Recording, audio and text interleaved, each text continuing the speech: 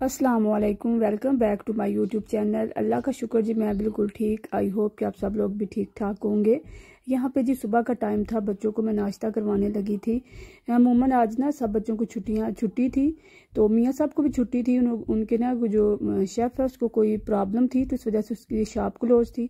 वैसे भी हमें आज जी एक दफ्तर के अंदर जाना था, हमें काम था कोई, तो बस वही करना था। तो इसलिए नाश्ता वगैरह जल्दी करके तो फिर मैंने घर के जो काम होते हैं ज़रूरी वही करने हैं, और बच्चों को लेके जी फिर मैं जाऊंगी उस दफ्तर के अंदर। मियाँ साहब ने भी साथ ही जाना है।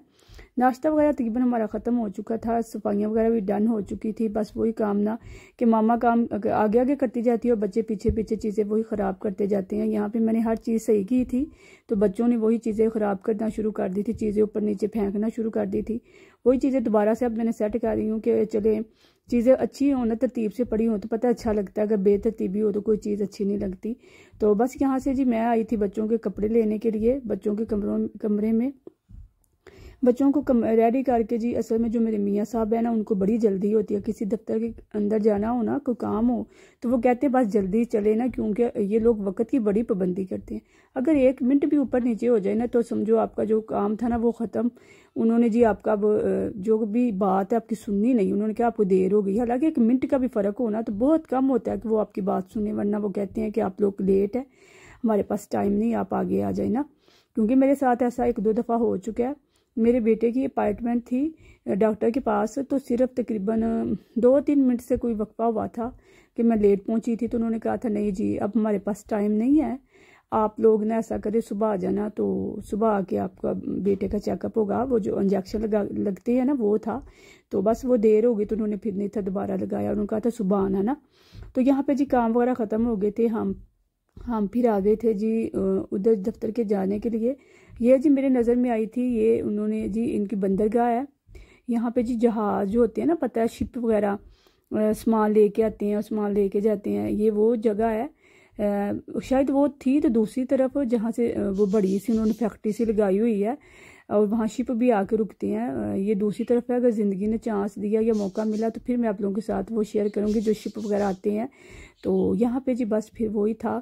और ये पुल भी काफ़ी बड़ा है वैसे ना, तकरीबन मुझे लगता है कोई 2-3 सेकंड तो लगते हैं बस को इधर से गुजरने के लिए ना, काफ़ी बड़ा पुल है।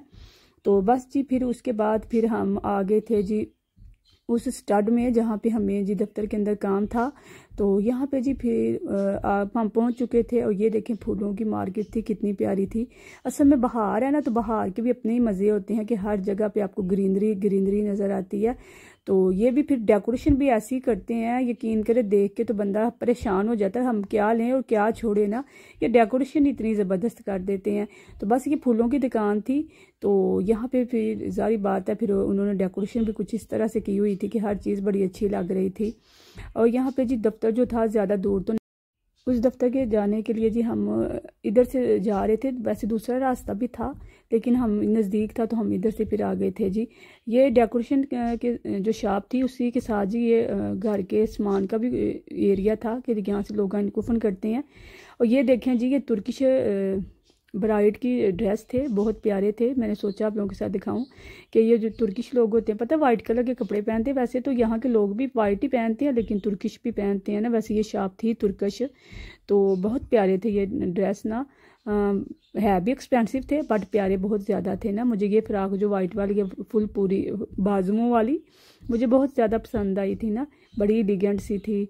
तो खैर मैंने कौन सी लेनी थी या मैंने कौन सी पहननी थी, मगर अच्छी लगी थी, मैंने सोचा आप लोगों के साथ भी शेयर कर देती हूँ। यहाँ से जी फिर हम दफ्तर से हो के वापस आ चुके थे, जो काम हमारा था वो ख़त्म हो गया था। तो बस फिर हम आ गए थे और मियाँ साहब जो थे और मेरा बेटा जो थे वो तो आगे आगे जा रहे थे, हम माँ बेटी जो थी पीछे थे। असल में हम चीज़ों को देखते जा रहे थे और पता है आप लोगों को मियाँ साहब लोग जो होते हैं वो ऐसे ही होते हैं कि उन्होंने सीधा नाक की सीध में चलना होता है, उन्होंने ये नहीं देखना होता को पीछे आ रहा है कि नहीं आ रहा, उन्होंने सीधा ही बस चलना होता है ना। तो यहाँ पे जी बस फिर वही था हम।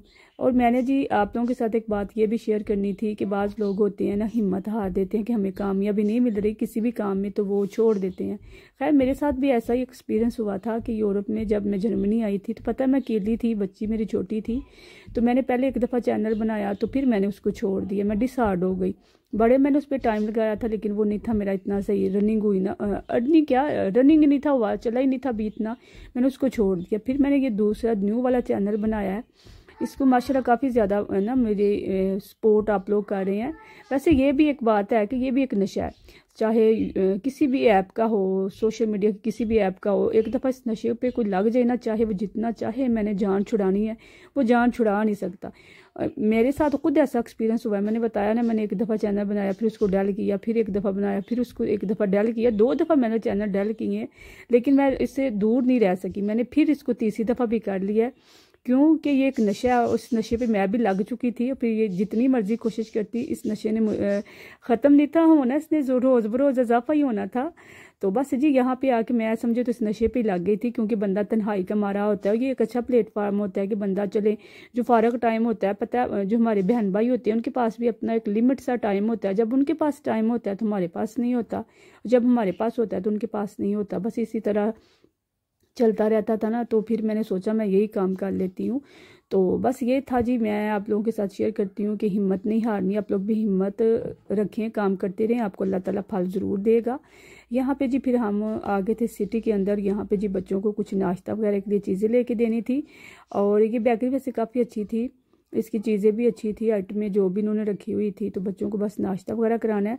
उसके बाद जी फिर हम और आपका यहाँ तक ही था सफ़र, दुआओं में याद रखिएगा। मेरा ढेर सारा प्यार आप लोगों के लिए। मिलते हैं नेक्स्ट डे नेक्स्ट व्लॉग में। कमेंट बॉक्स में कमेंट करके ज़रूर बताइएगा कि आपको मेरा वीडियो कैसी लगी है। उम्मीद है कि आपको पसंद आएगी। अगर पसंद आई तो लाइक शेयर और सब्सक्राइब कर दें, ताकि मेरी हौसला अफजाई हो सके। दुआओं में याद रखिएगा। मिलते हैं नेक्स्ट डे नेक्स्ट व्लॉग में। तब तक के लिए अल्लाह हाफिज़।